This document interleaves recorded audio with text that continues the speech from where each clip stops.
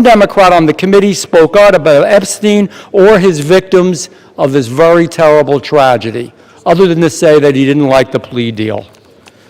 Let me say this. When they stand here today insisting how badly they want these files released, why didn't they do it? Yet they stayed silent for year after year after year after year under Joe Biden. It's impossible. Mr. Speaker, it is impossible to see that as genuine. What I see is a group more focused on scoring political points and drama than of protecting abused children. The record is clear. Under Republicans, far more information has been released in the last 6 months than was done during all 4 years of the previous presidency under Joe Biden.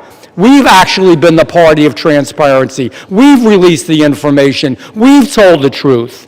Unfortunately, and I'm sad to say it, they have been the party of hypocrisy. Mr. Chair, I reel back. The gentleman yields back. Reserve. The gentleman reserves. The gentleman from Maryland is recognized. You know, I've never heard a more defensive presentation in my life than what we're hearing from over there. The gentleman should spend a little less time pointing out hypocrisy and a little more time trying to ferret out cruelty, humiliation, and rape. And that's what we're working on. I yield 30 seconds to the distinguished gentleman from California, Mr. Min. The gentleman from California is recognized. I want to remind you that we are all here voting on this bill because President Trump, who has the power to release the Epstein files at any time, has refused to do so, calling this a hoax. We're here because Speaker Mike Johnson and President Trump have gone to extraordinary lengths to try to kill and delay the discharge petition, including refusing to seat Adelita Grijalva for over 40 days and threatening House Republicans who signed on. Now, several of my Republican colleagues have accused those of us House Democrats who support justice here of having Trump derangement syndrome. You all suffer from something much worse, which is pedophile protection syndrome. Stop protecting pedophiles, release the Epstein files. The victims deserve justice. I yield back. We reserve. Members are reminded to direct their comments to the chair. The gentleman from Maryland reserves. The gentleman from Ohio is recognized. We reserve. The gentleman from Ohio reserves. The gentleman from Maryland. I'm yielding 30 seconds to my friend Representative Walkinshaw from Virginia. The gentleman is recognized. For years, Mr. Speaker, we have watched dangerous conspiracies like Pizzagate and QAnon shape our political landscape. They help fuel the rise of President Trump and were built on baseless claims about secret pedophile rings, while the real documented case of child sex trafficking involving Jeffrey Epstein remains shrouded in secrecy because President Trump refuses to release the files. What is President Trump hiding? Why won't he release the files? The House finally has the opportunity to act. Release the files and let the American people see the truth. I yield back. The gentleman yields back. We reserve. The gentleman reserves. The gentleman from Ohio is recognized. We reserve. The gentleman reserves. The gentleman from Maryland is recognized. Granting 30 seconds to the very distinguished gentlelady who is finally with us, Representative Adelita Grijalva from Arizona 7th. The gentlelady is recognized.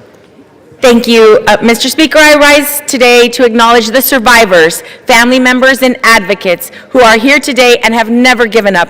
The legislation in front of us, at its core, is about something very simple. The survivors deserve justice. The American people deserve the truth. To every survivor watching, your courage is inspiring. You are the reason why this vote is happening today. Protecting women and children from pedophiles should not be a Democratic issue, should not be a Republican issue. It should be a human rights issue and a matter of justice. I urge my colleagues to vote yes on the Epstein Files Transparency Act. I yield back. Thank you. Thank you, and we reserve.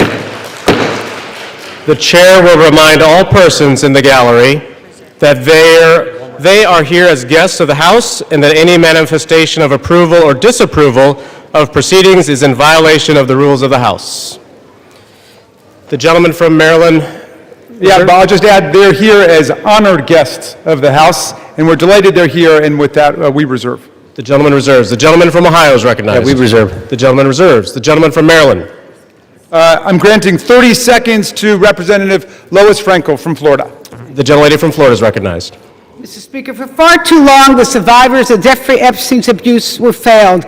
by a justice system that minimized their suffering, and prosecutors who treated young girls as if they were criminals. That was wrong, and I am here with my colleagues to promise this. We will get to the bottom of why the Epstein survivors were treated so badly, who made those decisions, and who were they protecting. No more secrecy, no more excuses. We all deserve the truth, and I thank the survivors for their courage and perseverance. Your voices are being heard. The gentlelady yields back. The gentleman reserves the balance of his time. The gentleman from Ohio. Thank you, Mr. Speaker. I yield 1 minute to the distinguished gentleman from the great state of Louisiana, the Speaker of the United States House of Representatives, Mr. The gentleman from Louisiana is recognized. Thank you, Mr. Speaker. Thank you, Chairman Jordan, for doing such an extraordinary job on all of this. For 43 long days, the Democrats held this House and the entire country hostage. Finally, with the lights back on, this body's returning to our regular legislative session. We have a lot of work to do. My colleagues on this side of the chamber are ready and eager to get back to our urgent legislative work that we promised the American people we would do. We've got to continue lowering the cost of health care. We've got to bring down prices for American families, and we've got to finish the regular appropriations process, just to name a few of those priorities. And I wish I could say that our first order of business would be to get to those urgent priorities, but of course we're here spending time on the floor about something else. This is something we could have resolved last week when we brought a unanimous consent to pass this discharge with the full support of the body. But our friends over here who are arguing today stalled that. They objected to it, and they wanted to have this exercise instead. And that's why we say that this is a show vote. That's what this is. They're making a show of it. And it really is a shame. We have some heroic women in the chamber today. I met with many of them a while back. They're in the gallery here. They have come forward. They have shown their faces. They've used their names to share the unspeakable tragedies that many of them were subjected to, some of them when they were very young. And it is a heroic service to the country. They are seeking justice, and the justice has been delayed for too long. The Department of Justice, many years ago, should have brought these charges. It took too long to do it. And now we're in this process of making sure all the American people get the information, but we have to do it in the right way, After 4 years of Democrat control under President Biden, they were not truthful with us about a lot of things. The Democrats insisted the border was secure. We knew it wasn't. They insisted that inflation was transitory. We knew it wouldn't be. They misled the American people about the obvious mental and physical decline of the previous commander-in-chief. And now those same Democrats are demanding transparency. Suddenly, transparency is their new word.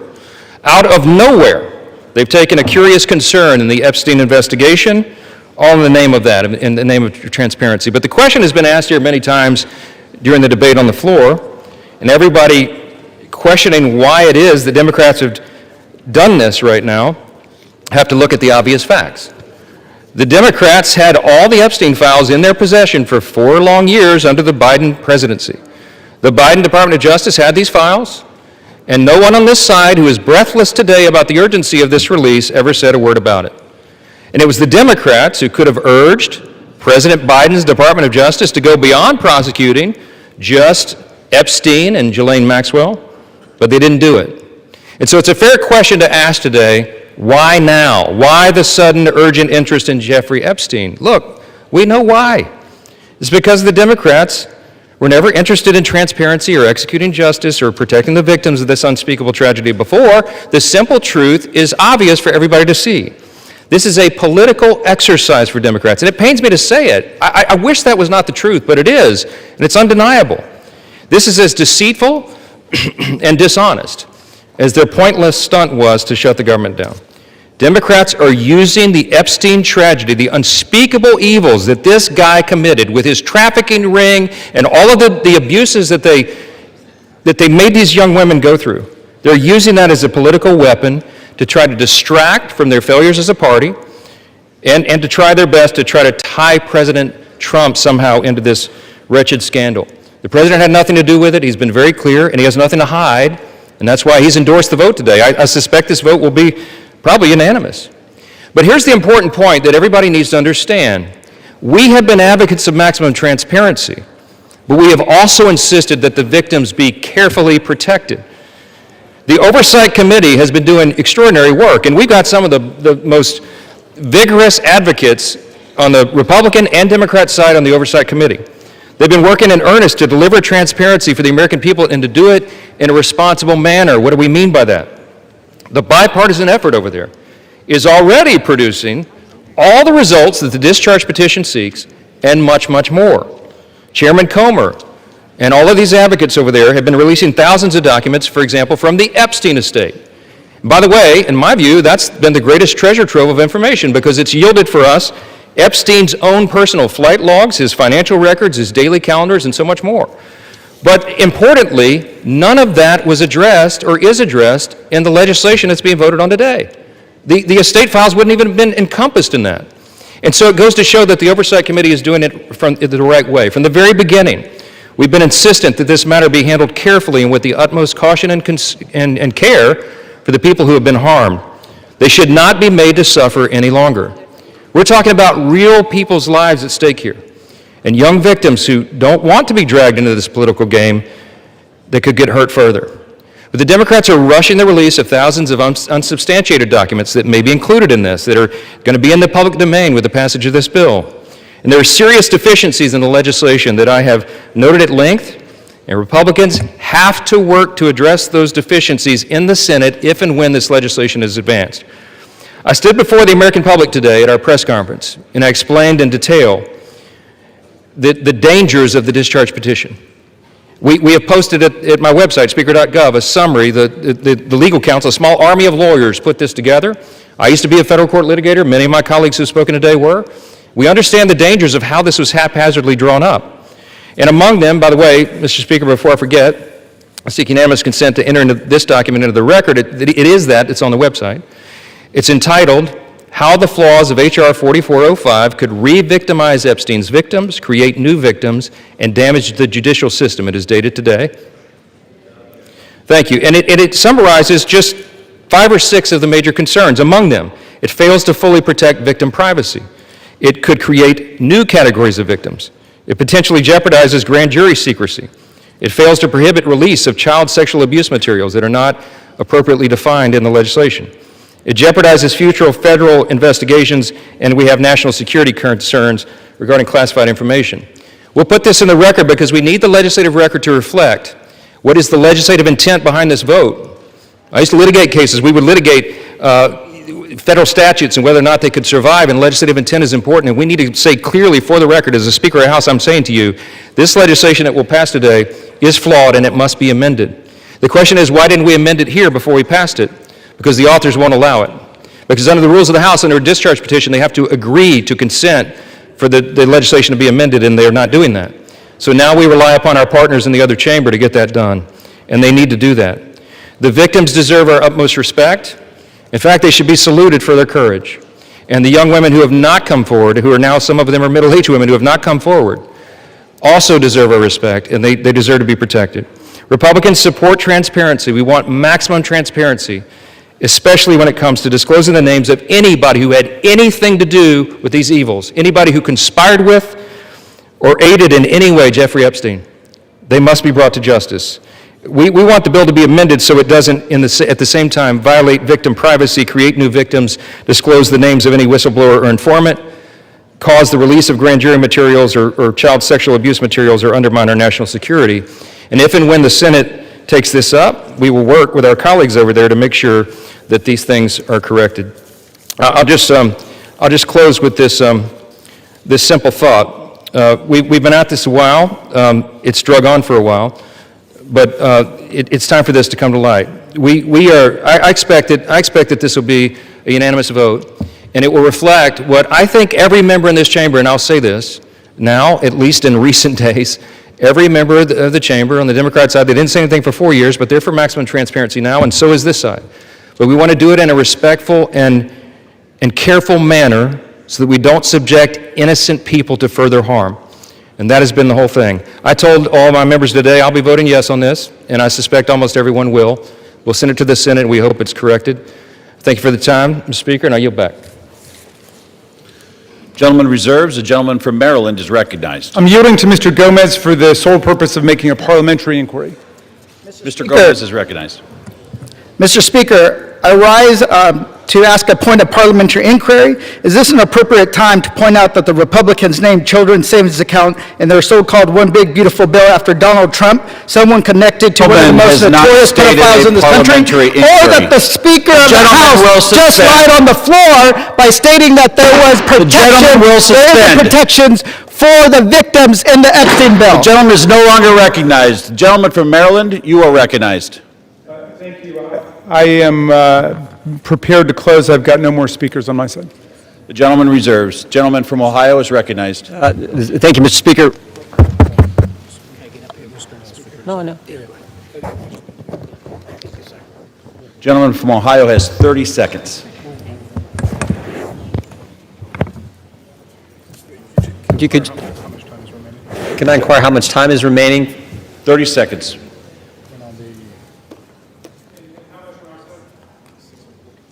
Six minutes, 15 seconds. Take 30 his. We reserve.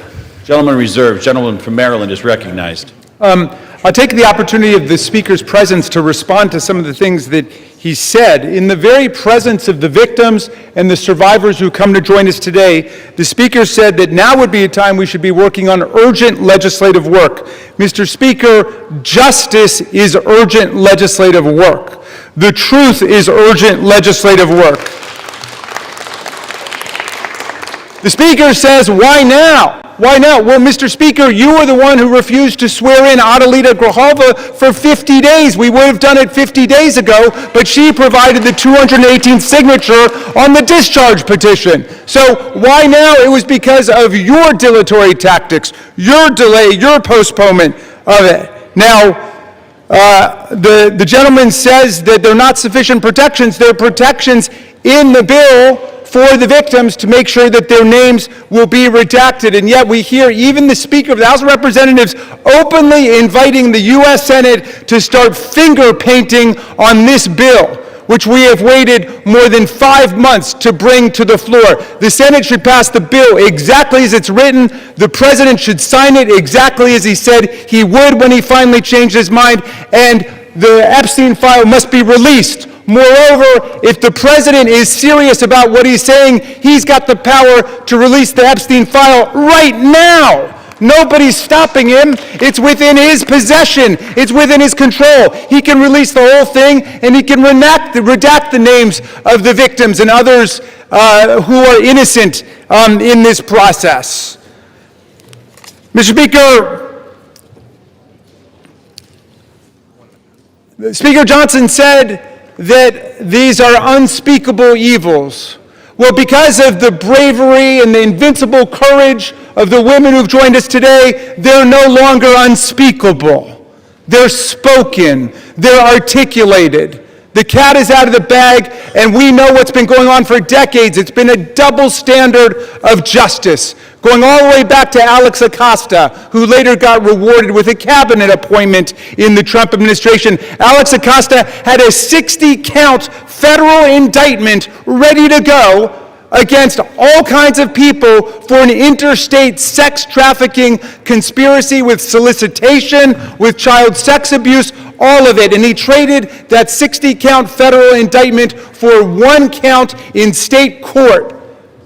And Jeffrey Epstein ended up getting the sweetest of sweetheart deals ever on the plea bargain front. He was free from 8 a.m. to 8 p.m. to do whatever he wanted and continuing to perpetrate his crimes and run his conspiracy, and then he would come and he would watch TV and spend the night in jail. And it was over in about a year after the rape and sexual abuse of hundreds and hundreds of girls, and he kept going, and he kept at it. We want the whole truth to come out. This is the United States of America. Even the British monarchy wouldn't put up with this. How about the American democracy? How about we say, no way, we're not going to allow this cover-up to go on for 1 day more. And I'm glad the President changed his mind after pulling out all the stops to try to get one of our Republican colleagues to change their mind, to remove their name from the discharge petition. He gave up. And I want to salute the gentlelady from Colorado from having the courage to stand her ground in the Situation Room in the White House and say, no, she wasn't going to be bullied. No. So I'm glad the president changed his mind, but let's be clear, Mr. President, you've got the power today to release the entire file. That's what you called for. That's what Pam Bondi called for. That's what Kash Patel called for. So we don't need anybody calling for the Senate to slow things down for more weeks and more months. The American people have had it. We'll reserve.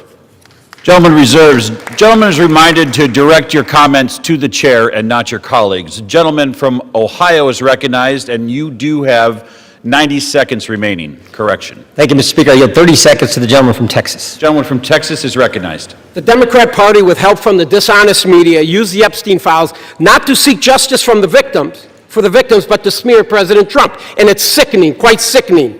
The Democrats have used the Epstein files to distract the American people from the wins President Trump and his administration have delivered for the American people for the last 11 months.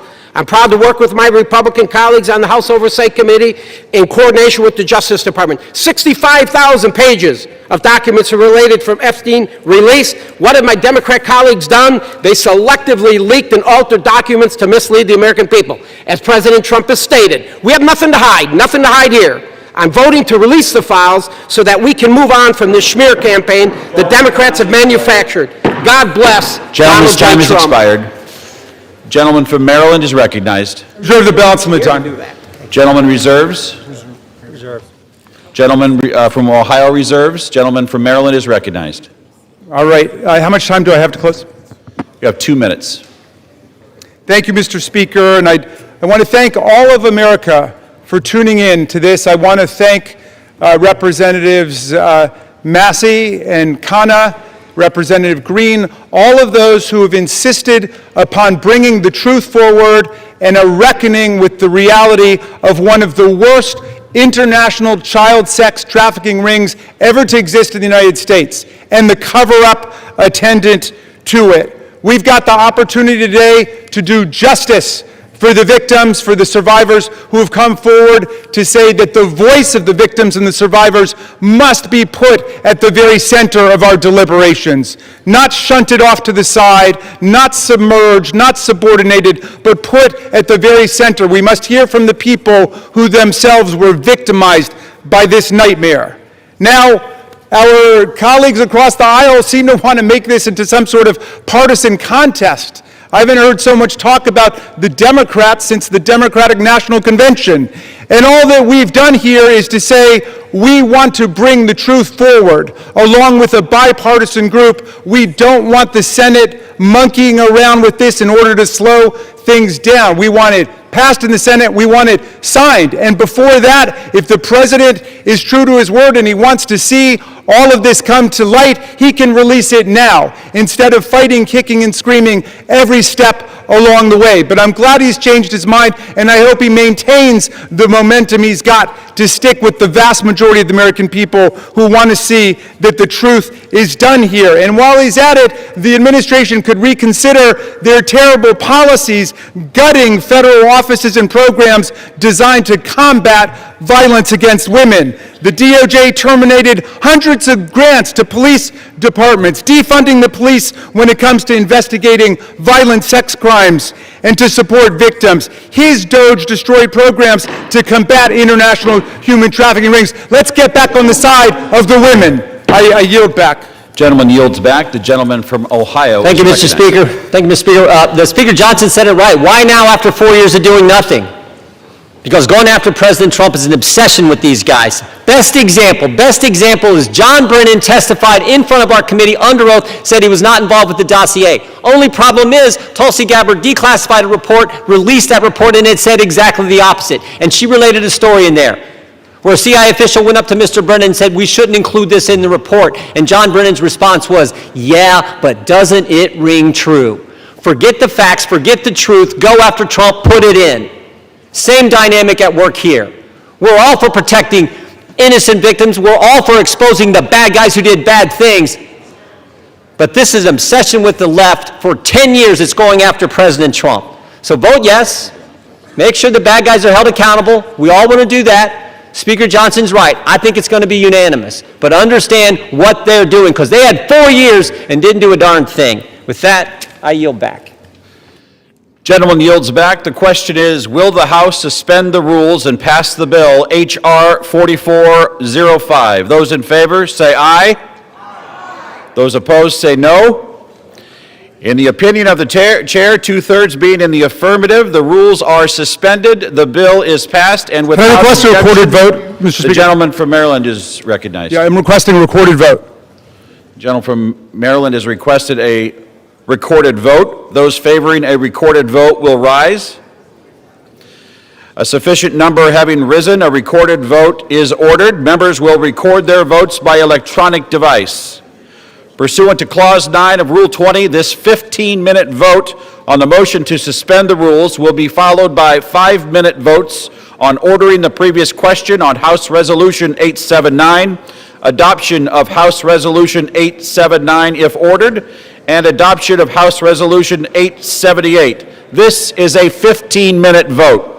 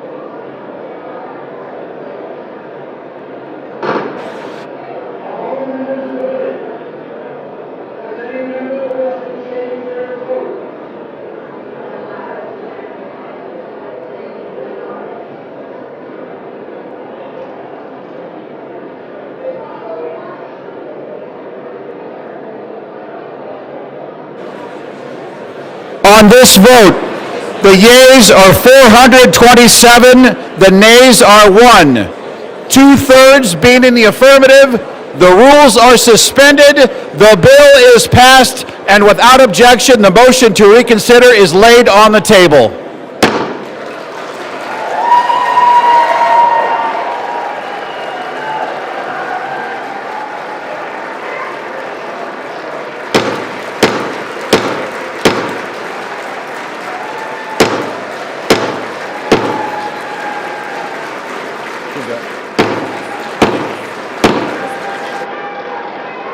Pursuant to Clause 8, Rule 20, the unfinished business is the vote on ordering the previous question on House Resolution 879, on which the yeas and nays are ordered. The clerk will report the title of the resolution. House Calendar Number 47, House Resolution 879. Resolution providing for consideration of the joint resolution, Senate Joint Resolution 80, providing for congressional disapproval under Chapter 8 of Title 5 United States Code of the rules submitted by the Bureau of Land Management relating to National Petroleum Reserve in Alaska Integrated Activity Plan Record of Decision, providing for consideration of the joint resolution, House Joint Resolution 130, providing for congressional disapproval under Chapter 8 of Title 5 United States Code of the rules submitted by the Bureau of Land Management relating to Buffalo Field Office Record of Decision and approved Resource Management Plan Amendment, providing for consideration of the joint resolution, House Joint Resolution 131, providing for congressional disapproval under Chapter 8 of Title 5 United States Code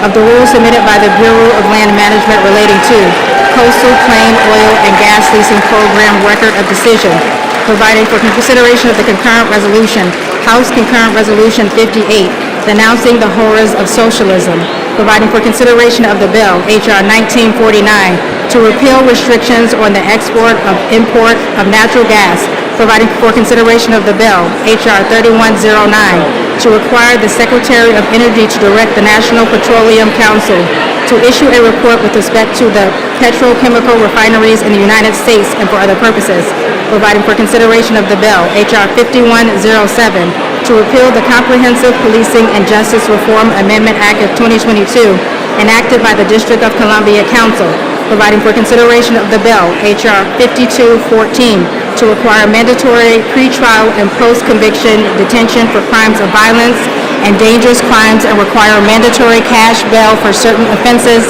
that pose a threat to the public safety or order in the District of Columbia, and for other purposes, The question is on ordering the previous question. Members will record their vote by electronic device. This is a 5-minute vote.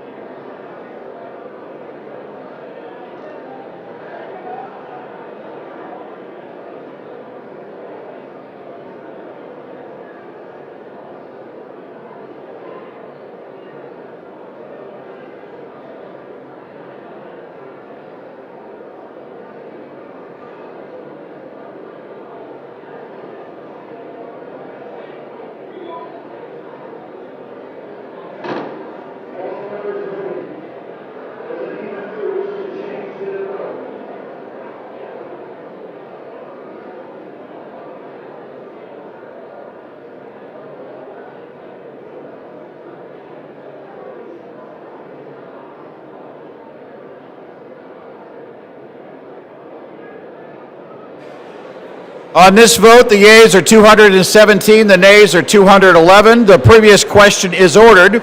The question is on the adoption of the resolution. Those in favor say aye. Those opposed say no. No! In the opinion of the chair, the ayes have it. Speaker, For what purpose does the gentleman from Massachusetts rise? I ask for a recorded vote. A recorded vote is requested. Those favoring a recorded vote will rise. A sufficient number having risen, a recorded vote is ordered. Pursuant to Clause 8 of Rule 20, further proceedings on this question will be postponed.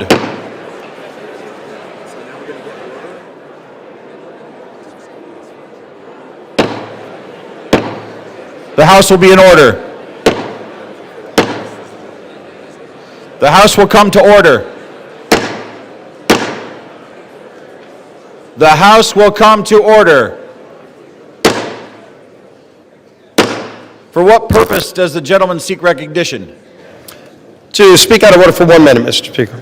Without objection, the gentleman is recognized. Thank you, Mr. Speaker. Today I rise to recognize a man whose dedication, steadiness, and wisdom have shaped not only my work in this chamber, but the work of this institution itself. I'm talking about my Chief of Staff, Brett Horton.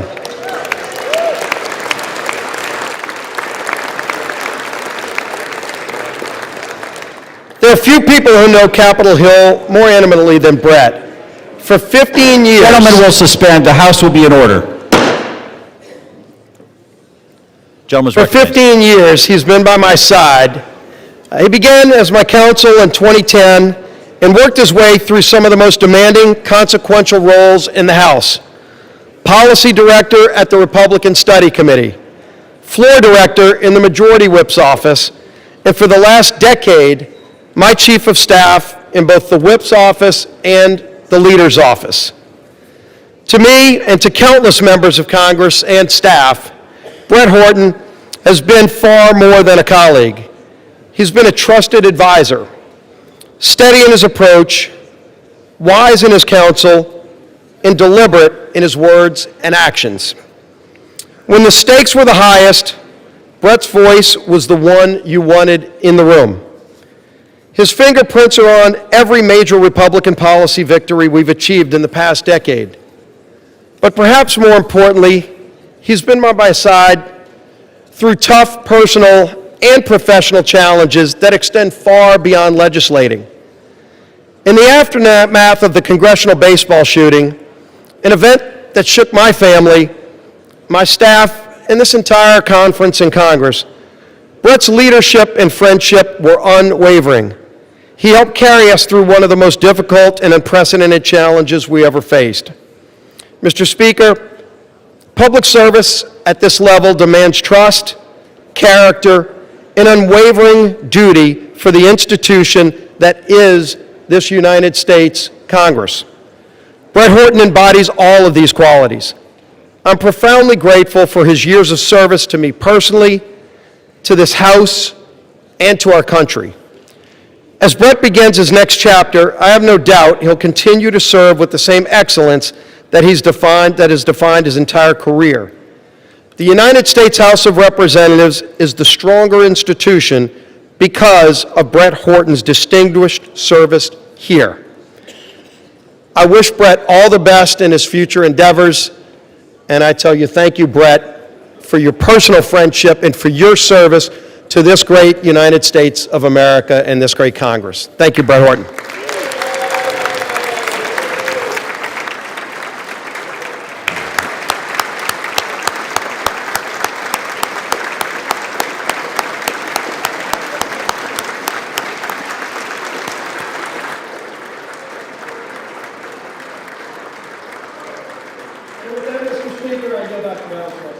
Gentleman yields back. Pursuant to Clause 8 of Rule 20, the unfinished business is the vote on the adoption of House Resolution 879, on which a recorded vote is ordered. The clerk will report the title of the resolution. Calendar number 47, House Resolution 879. Resolution providing for consideration of the joint resolution, Senate Joint Resolution 80, providing for congressional disapproval under Chapter 8 of Title 5 United States Code of the rules submitted by the Bureau of Land Management relating to National Petroleum Reserve in Alaska Integrated Activity Plan Record of Decision, providing for consideration of the joint resolution, House Joint Resolution 130, providing for congressional disapproval under Chapter 8 of Title 5 United States Code of the rules submitted by the Bureau of Land Management relating to Buffalo Field Office Record of Decision and approved Resource Management Plan Amendment, providing for consideration of the joint resolution, House Joint Resolution 131, providing for congressional disapproval under Chapter 8 of Title 5 United States Code of the rules submitted by the Bureau of Land Management relating to Coastal Plain Oil and Gas Leasing Program Record of Decision, providing for consideration of the concurrent resolution, House Concurrent Resolution 58, denouncing the horrors of socialism,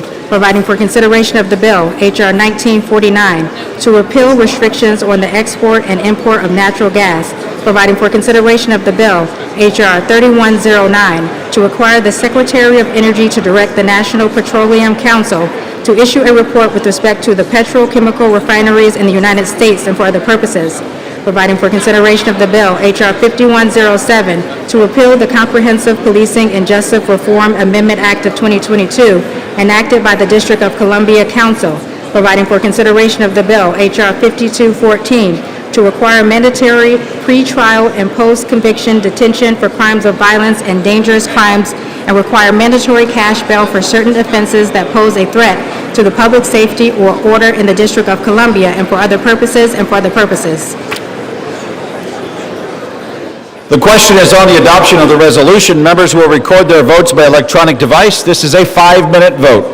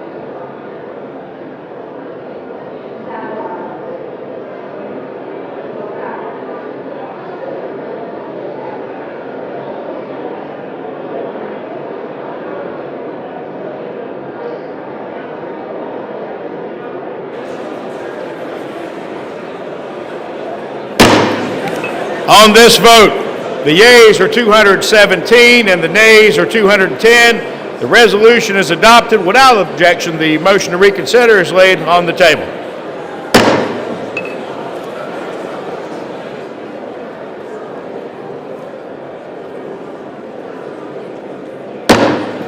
Pursuant to Clause 8 of Rule 20, the unfinished business is the vote on adoption of House Resolution 878, on which the yeas and nays are ordered. The clerk will report the title of the resolution. House Resolution 878, resolution disapproving the behavior of Representative Jesus G. Chuy Garcia of Illinois. The question is on adoption of the resolution. Members will record their votes by electronic device. This is a 5-minute vote.